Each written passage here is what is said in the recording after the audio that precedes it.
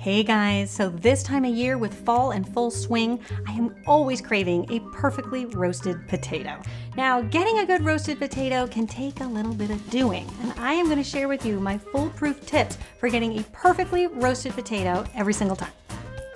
All right, so tip number one has to do with the pan. When it comes to roasting potatoes, you want a well-seasoned pan. What does that mean? Well, when you buy a new pan, those nice shiny metal pans that you can't wait to use, they're really porous, and what will happen is the food will actually stick to it a lot easier than if a pan is not porous and is not sticky.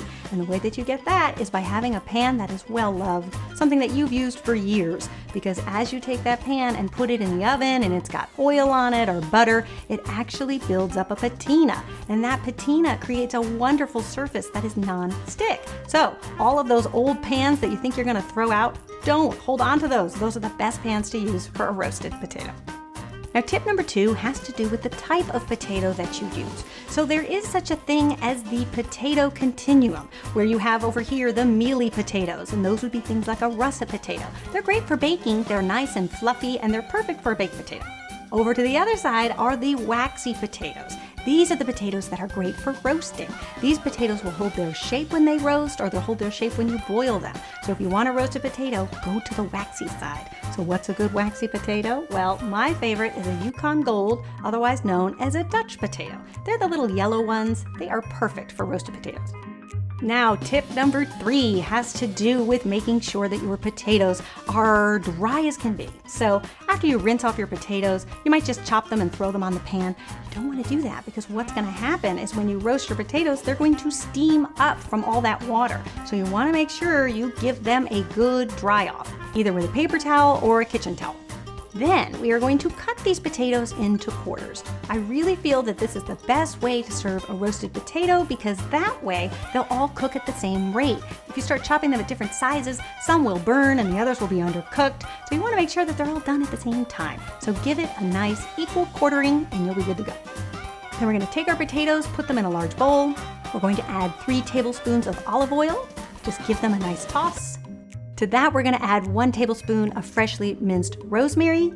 Rosemary and potato is such a classic combination. You cannot go wrong. And then you're also going to season it with a little salt and pepper, just to taste, and give it a toss. Now, my next tip has to do with when you turn the potatoes out on the pan. You want to make sure that they are a single layer and not too crowded. If those potatoes are crowded, again, when they hit the hot oven, they're going to sort of steam up and they're not going to be able to roast as well as if they're well spread out. So make sure you give lots of room. You're going to pop in the oven at 425 for 10 minutes just to start. And here's my biggest tip that I have learned over the years by making roasted potatoes. You don't want to go in there with a spatula or a wooden spoon and try to start to flip the potatoes, because some of them will be ready to flip and others will not be ready to flip. And what will happen, the ones that aren't ready, they'll stick and you'll start to jab at them and they'll start to come apart on you. So the better thing to do is just to take your oven mitt, give them a good shake, and the ones that are ready to flip will flip, and the ones that aren't will continue to roast. Because this is the thing about potatoes, even if you've used your well-seasoned non-stick pan, as they cook and release their sugars, they will stick, but as they become well done, they will release and they will not stick. So if your potatoes are sticking to your pan, it means they're not done yet. So you're just going to repeat this process every 10 minutes, going in there, giving your pan a shake, until all of your potatoes are golden brown and beautifully roasted. The process can take anywhere from 30 to 40 minutes depending on the size of your potato, but usually 30 to 40 minutes will do the trick. Then once they're done, you can go ahead and transfer them to a serving bowl. And then I do like to garnish with a little bit more sea salt. One of the things you will find with potatoes is they really soak up a lot of salt. So even though you've salted them beforehand, you might want to give them a taste. If you feel they can use a little bit more salt, then I like to garnish with some of that nice sea salt. So there you have it, perfectly roasted potatoes. If you follow my foolproof tips, I hope you guys give this one a try and let me know what you think.